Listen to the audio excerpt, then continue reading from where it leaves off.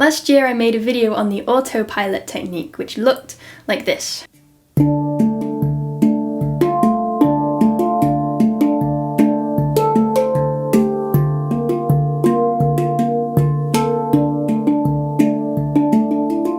If you haven't seen that one yet, I recommend you check that out first before this video, because what we're going to do today is extend that even further, make it a little bit more tricky and a little bit more interesting.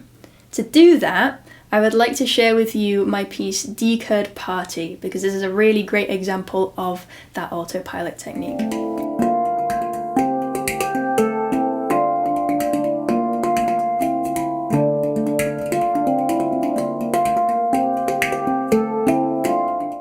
As you can see, I'm using one hand to keep a repetitive bass line going. So it's very similar to the idea that we explored before, just with a little bit more going on, basically. And that frees up the other hand to explore whatever melodies we like. So let's learn that bass line. So in this piece, I like to play the bass line with my right hand and the melody with my left, but it's good practice to get that autopilot ability in both of your hands anyway, so I recommend you do it with both. But here is the motion that we want. Playing with my thumb, strike twice, then rotating this way, so continuing this motion, I come back down again and slap with my middle finger, and then finish with one more strike of the thumb. Just like so.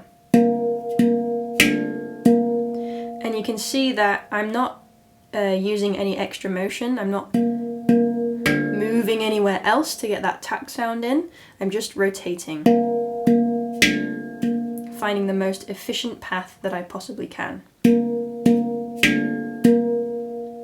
Right, then I play the exact same pattern on the next note up, which is note number 3, and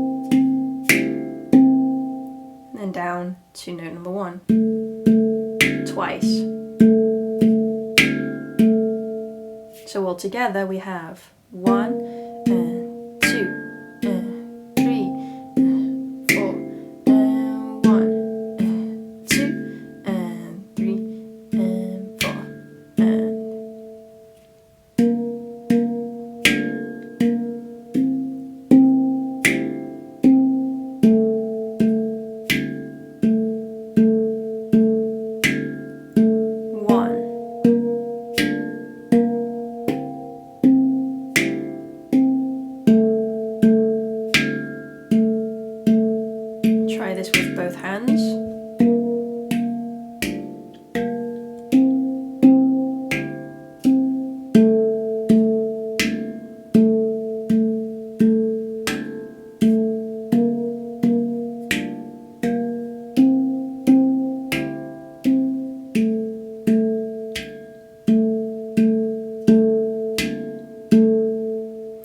so as you can see, when I do it with a different hand, because my hands naturally rotate in a different direction, right, they're going to slap in a different place, and the thumb strikes in a different place. So on my right hand it's on this side of the note, on my left it's on the other side, right? That's just because that's where it feels most comfortable and most open for me in my posture.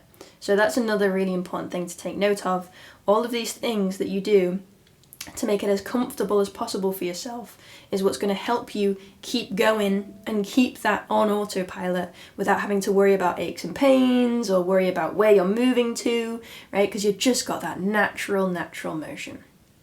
So I invite you to keep practicing that.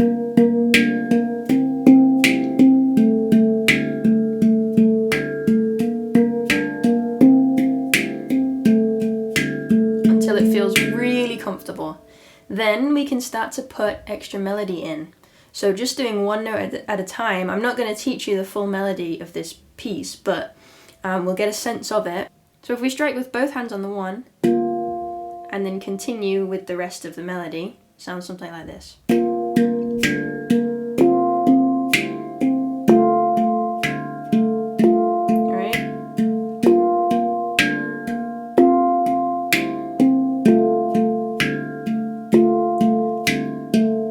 Start to move that 1 around. I've just chosen this note at random.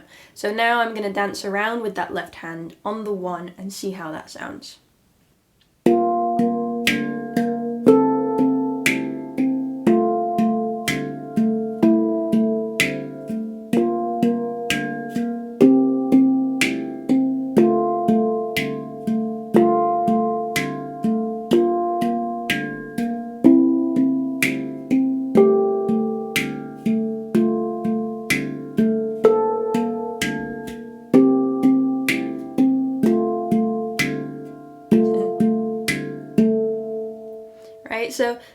just picking random notes, but I was being conscious of the shapes that I was making sure not to do any complete crosses, because that's when we start to get some of those discordant sounds. So I was thinking about the chord shapes that exist on my pan and picking notes within them, or choosing notes that are completely across the other end of the scale so that they're not going to clash, and thinking about the movement, the direction that I was moving in, right? And I had room to think of all of that because my right hand is just going. It's just on autopilot, it's not thinking. So I invite you to explore your own melodies and ideas with that.